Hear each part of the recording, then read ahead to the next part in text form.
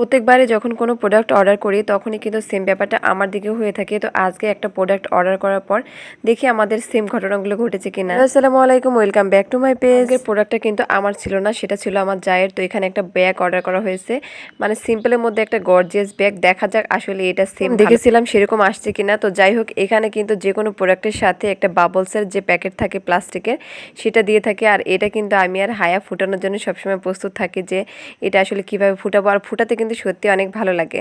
যাই হোক, হায়াতে ছোট হাত দিয়ে টিপ টিপ করে ফোটাচ্ছিল, আমি ওইখানে ফোটাচ্ছিলাম। একটু টেনশনে ছিলাম যেহেতু ব্যাগটার দাম কিন্তু মোটামুটি ভালোই ছিল, এই জন্য আসলে ব্যাগটা ঠিকঠাক দিছে কিনা এবং ঠিকঠাক আমরা পেলাম কিনা, আসলে এটা সঠিক পিকচারে কিনা। তো যাই হোক, বাবলস ফুলাতে ফুলাতে তো সবাই খুবই এক্সাইটেড ছিলাম যে আসলে খুলো খুলো সবাই দেখি আসলে ঠিক আছে কিনা।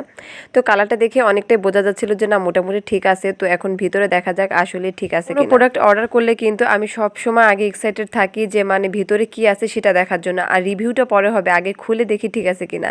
এরকম কিন্তু সবসময় আমার হয়ে থাকে। তো এইবারও ঠিক তাই।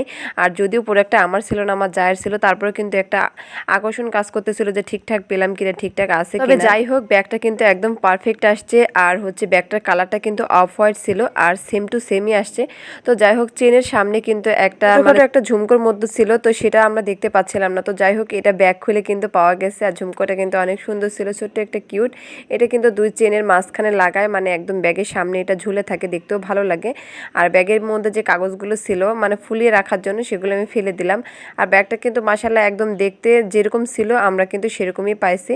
তো আলহামদুলিল্লাহ একদম বাজেটের মধ্যে খুব সুন্দর ছিল।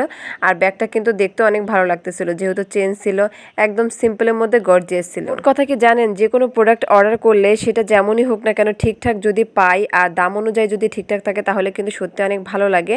আর যদি সেই অনুযায়ী না পাওয়া যায় তাহলে কিন্তু মনটা অনেক খারাপ হয়ে যায়। অনেক প্রোডাক্টে কিন্তু এরকম আসে, অনলাইনে অর্ডার করলে কিন্তু অনেকেই ভয় পায় যে আসলে প্রোডাক্ট ঠিকঠাক পাওয়া যাবে কিনা। তো আমার ক্ষেত্রে কিন্তু আলহামদুলিল্লাহ বেশিরভাগই ভালো হয়েছে। আজকের ব্যাগটাও কিন্তু অনেক সুন্দর হয়েছে। তো যাই হোক, আমার যাও কিন্তু অনেক টেনশনে ছিল আসলে ব্যাগটা ঠিকঠাক থাকবে কিনা আর ঠিকঠাক পাবো কিনা, যেহেতু মোটামুটি প্রাইসটা ভালোই ছিল, একেবারে কম ছিল না, একেবারে বেশিও ছিল না।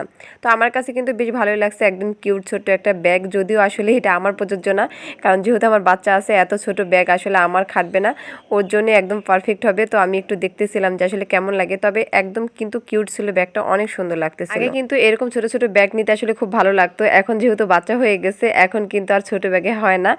যাই হোক, এদিকে আমরা পার্সেল আনবক্সিং করতে করতে দেখি ঝুম বৃষ্টি শুরু হয়ে গেছে।